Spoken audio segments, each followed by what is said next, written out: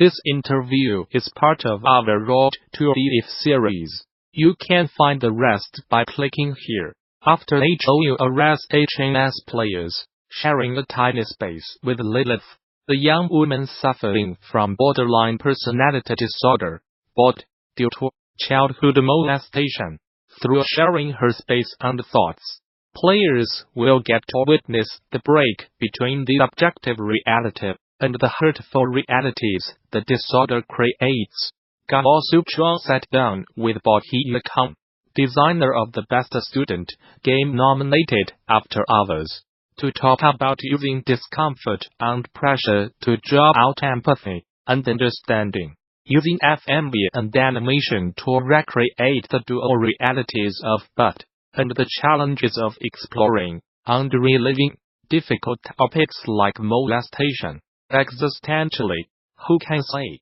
Some things that I do know is that my name is Bahiyya Khan, and I am the game designer and writer for After Hours.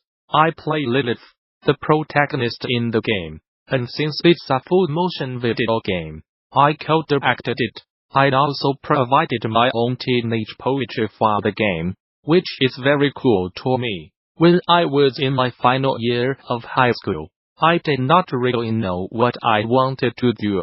I mean, I know I wanted to be in a band and write, but I have brown parents, so hahaha yeah.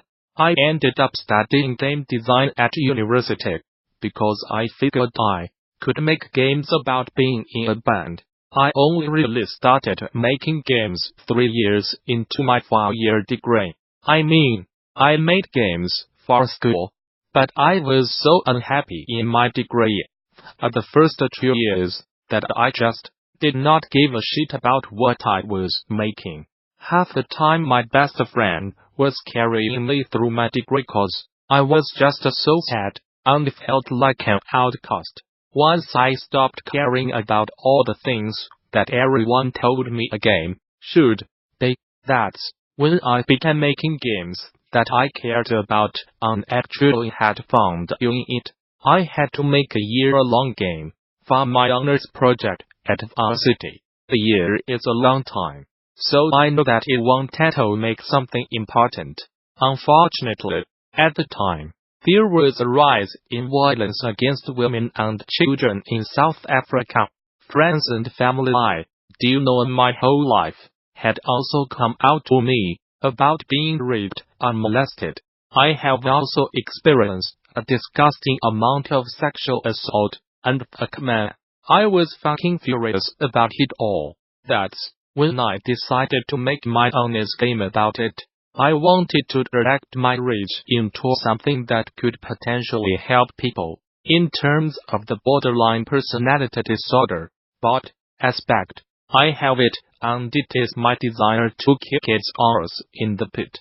A lot of people that have BOD have been sexually abused in childhood, or just have had unstable childhoods. So it made sense to me to show that Lilith has developed this disorder because she was abused. I was also so sick of people with BOD being demonized, whether by the Diagnostic and the Statistical Manual of Mental Disorders, are just experiences I had in my own life. So, I wanted to show that we are not evil people. We are hurting and trying our best and read Catch-22 a lot and, like at front bottom center to stick their lyrics on our bedroom walls. Initially, I prototyped the game in Twine. I did that to kind of guide the way I wanted the game to flow. I also mapped out the game on paper. I just drew out how I wanted the bedroom to look and what I wanted players to be able to interact with. The game was then filmed using a Sony A7S second camera and powered in MadeWithUnity. Very importantly, we also used our hands and brains and hearts, lest the general public forgets that video games are made by people. I am a woman that lives in South Africa. We have one of the highest rape rates in the world. I needed to talk about it. I wanted survivors and people with BOD to feel less alone. to not feel like they are insane for feeling the emotions that they do, that they are valid and are more than what has happened to them, their illness. A lot of the development process was the worst. Well, it was really bad. So, in the beginning, I was working in Twine. Whatever. That was not too emotionally taxing, cause I did just sort of and make plot points. When I had to get into the character of Lilith, that's when things started getting bad. I have but so a lot of Lilith's reactions are very close to my own, and performing something on camera that I hate going through in my actual life was really weird and uncomfortable. The molestation aspect of the game ruined me. It actually ruined my life and I am still trying to recover from it. Immersing yourself in content like that for concentrated periods of time, I just could not stop thinking about how ugly it is that it exists. I was losing my mind, trying to come up with solutions to end all the pain for people. I could not live with the knowledge that I had. I became obsessed with reading articles about children that had been molested because I felt like I wanted these kids to not just be another statistic, but for someone out there to know their names. All the scenes in the game where I am crying and tearing down my room, I really was that angry. Sometimes I deeply unable to do my better work on the game because I was so depressed, and that would, in turn, set everyone back and just make the whole process really pressurized and awful, and it was a really bad cycle. My intention was not for the player to passively consume her story. I knew that I wanted them to play the game with bated breath and give them no room to relax to sort of mirror some of what Lilith goes through.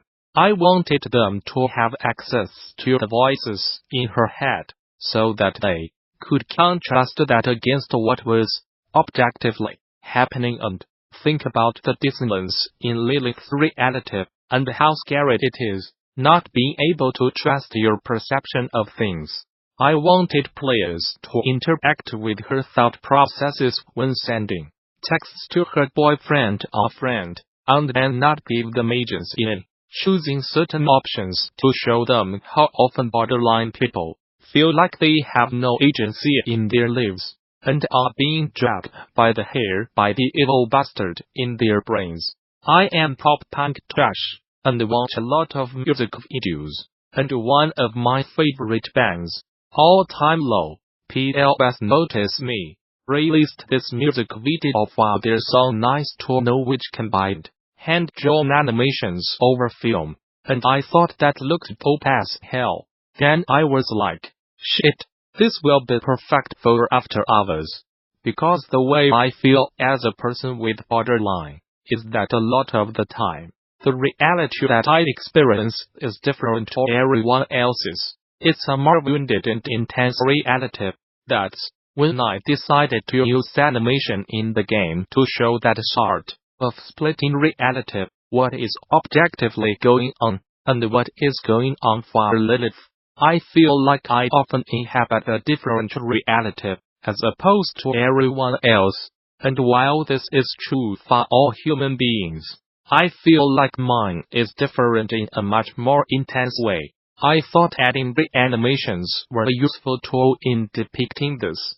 They also help with letting the players know when Lilith is triggered by something or experiencing a particularly strong emotion, by the repeated trope of her eyes being scratched out, or an animated snake going into her head and symbolically poisoning her mind. I want to make people uncomfortable.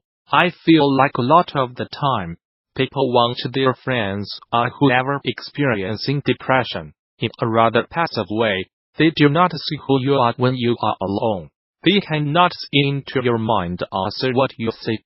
And while no one can ever really inhabit your reality and experience your depression or what it's like to be molested, I want players to get as close as they could to empathizing with those realities in a 20-minute video game.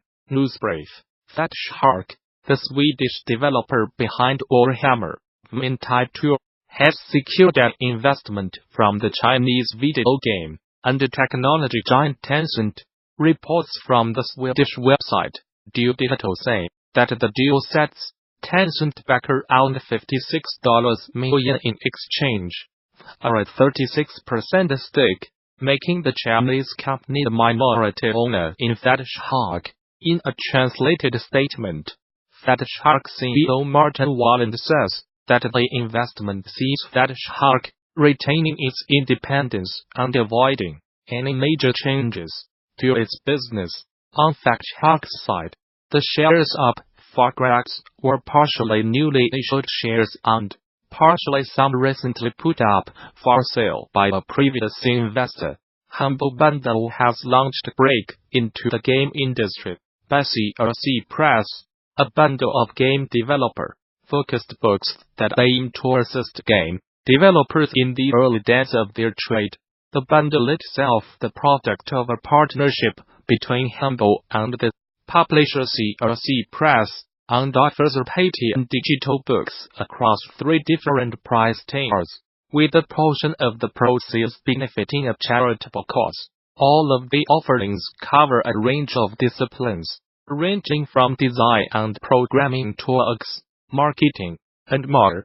The basic $1 level comes with 5 books on topics like character and environmental design, while the $8 and $15 tiers each add 6 and 7 books, each to expand on art,